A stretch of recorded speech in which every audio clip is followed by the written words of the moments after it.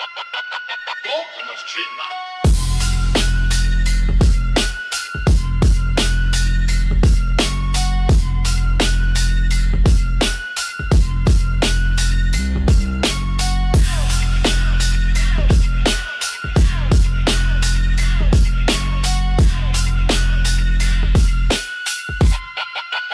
On the street now.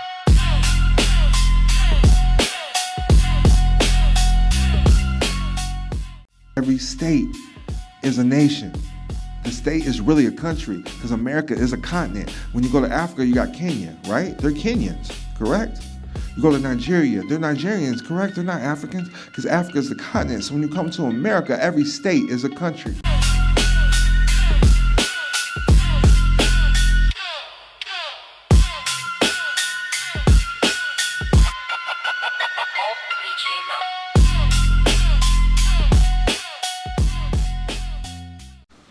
Peace and love, it's your boy Don Kilam, also known as Malik Kilam, and as always, prosperity is your divine birthright. I'm bringing something special to you today. We're discussing political status correction because it's something that keeps being brought up to me over and over again. And I'm having all these students and members in the school. I can't reach out to everyone one-on-one directly unless you're paying, man. Time is money, a workman's worthy of hire. But you can only imagine my time, you know. I'm booked and busy always, but that's what we ask for. So I'm not complaining. But I'm not a licensed attorney or tax expert. I do this for educational and informational purposes only. Starting off with political status correction, understand that when you come into this matrix, so to speak, you're already engaging with a trust system. So at the top of the food chain is trust law. When it comes to the Social Security number, that is a public trust. That is a public trust. Is for the public sector. You know, in the private, they don't necessarily utilize Social Security numbers or even birth certificates. There's alternatives to these things. And I'm going to get deep and go over the birth certificate in a little bit in details. But what I want everybody to understand is learning how to operate in a tax-free position so they can hand down their future assets, their future wealth, their generational wealth tax-free. Your name is the business, your name is the legacy, and that's what we're here to preserve.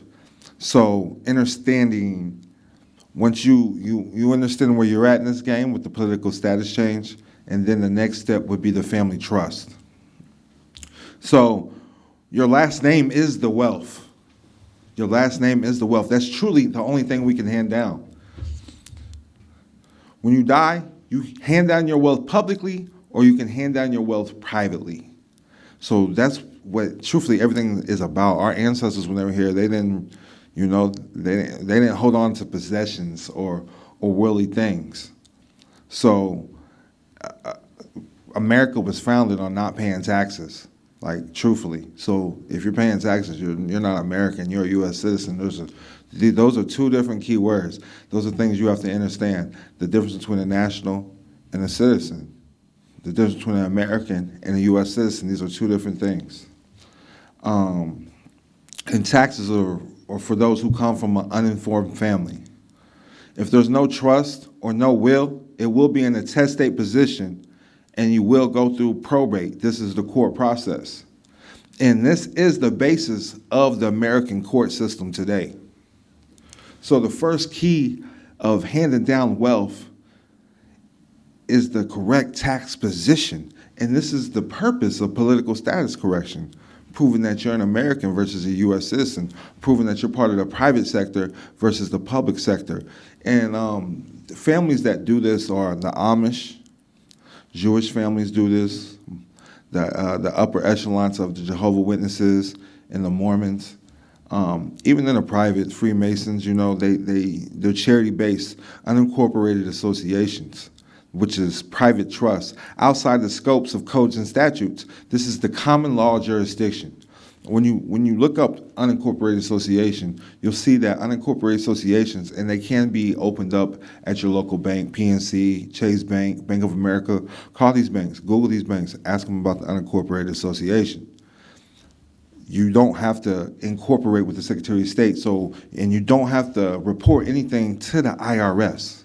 So you're learning how to maneuver in the private sector and maneuver tax-free without reporting obligations in the public sector. The private sector is the part of the economy that the government does not control. The public sector is the part of the economy that the government does control. All right, these are two different sectors. There's also a voluntary sector when you're getting into the unincorporated associations, you get into the family foundations, the 508c1a ministry trusts, which are faith-based organizations. A 508c1a ministry trust is a faith-based organization, and it is a form of an unincorporated association. It just has a code or a statute attached. The 508c1a is the federal statute that's attached, the federal code that's attached. But if there is no will or no trust, you will be in a testate position, and you will go through probate. This is the court process. Think about it, probation, that's a court process. All right? So when you're setting up these trusts, you never receive income or funds directly. You create a separate, distinct entity. The elite move strictly in trusts and unincorporated associations and private foundations. And you can look these things up, like the Bill and Melinda Gates Foundation, the Susan Thompson Buffett Foundation. This is how the elite move. And I was just looking through a lot of billionaires and some millionaires, and some people even make their full name the foundation, which, it makes sense to me, but I like to keep my name off of things. You have to learn how to just name them something else. Like I have a holding company called Source Capital Group, a nonprofit called the Kilam of Kilam. But we could create the McBride Family Foundation. That's coming from the government name. But I don't operate from the name. I go by Don Kilam in the public. When it comes to the family name and the assets, I had turned my name into a business, a LLC to be specific, and there's layers to that, and I'm going to go over that. So when it comes to status correction, I do want you to understand that, or understand, those are key words. Understand that your name is the business starting off. It's a trade name. Your trade name. And in this trade name is created on this birth certificate, and it turns you into a sole proprietorship. This means you are reliable for the business debts. You're reliable for the business. There's no distinction between you and the business. Look at your government IDs. Look at any bill they send you in the mail. Your name's spelled in all capitalized letters. Just look at it. This is not by coincidence. You were not taught to spell your name in all capitalized letters. I'm not going to get deep today, but spelling is spell casting. In the beginning was the Word, and the Word was God. All right? And the Word was with God. You come through the world first through an ultrasound, words and sounds. This is how you're spellbound in this game. This is what's keeping you on the terms and conditions on your phone. This is what's making them enforce. And when you don't pay a bill or a tax, they have your property.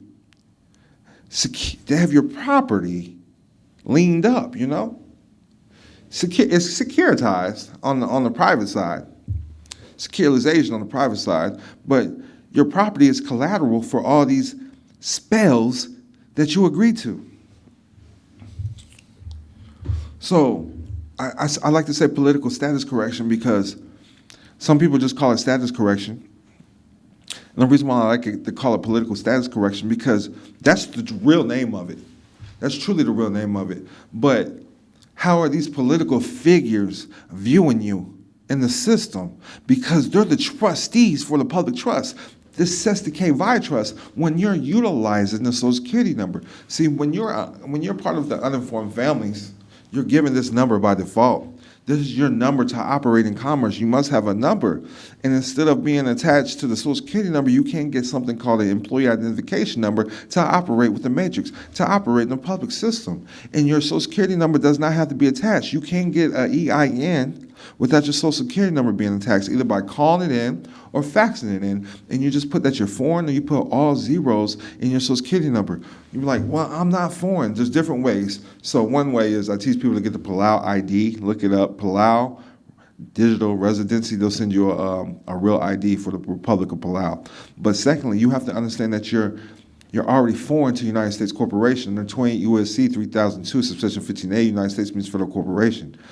I'm showing you how to make your name a business and separate from the federal corporation. Now you're foreign. Coming as a national versus citizen. Now you're foreign. All right? Make America great again. That's what Donald Trump said. So you want to be an American national. When you claim a nationality, your state can be your nationality. Every state has a constitution. That's the laws of the business of that state. You can be a national of the state. Your state is your country. Look this up. It's called a nation state. So your nation state can be your nationality. It's called a statehood. Your state can be your nationality. Texans come from Texas. Alaskans come from Alaska. If you're from Missouri, you're Missourian. California is Californians. New York is New Yorkers. I hope this is making sense for everybody. And this is in the Styles Manual of the United States of America. All right? They break down the rules of capitalization, and they break down statehood. All right? Every state is a nation. The state is really a country because America is a continent. When you go to Africa, you got Kenya, right? They're Kenyans, correct? You go to Nigeria, they're Nigerians, correct? They're not Africans because Africa is the continent. So when you come to America, every state is a country with their own rules and regulations and their own constitution. Today's episode is proudly sponsored by Citizen to Sovereign by Don Kilam. Dive into a transformative journey that demystifies the complex world of political status, standing, and agency. This book equips you with vital insights into the legal system, empowering you to understand your position in both public and private sectors of trade. Explore the history of money, uncover the U.S. bankruptcy system, and learn how to leverage this knowledge to your advantage. You'll gain essential understanding of political status correction and its impact on your rights and responsibilities. Unlock the knowledge to protect your rights and assets with a hands-on virtual classroom experience, as it includes virtual videos scannable by a QR code to further your learning experience. Elevate your legal confidence with Citizen to Sovereign, and go get the book today.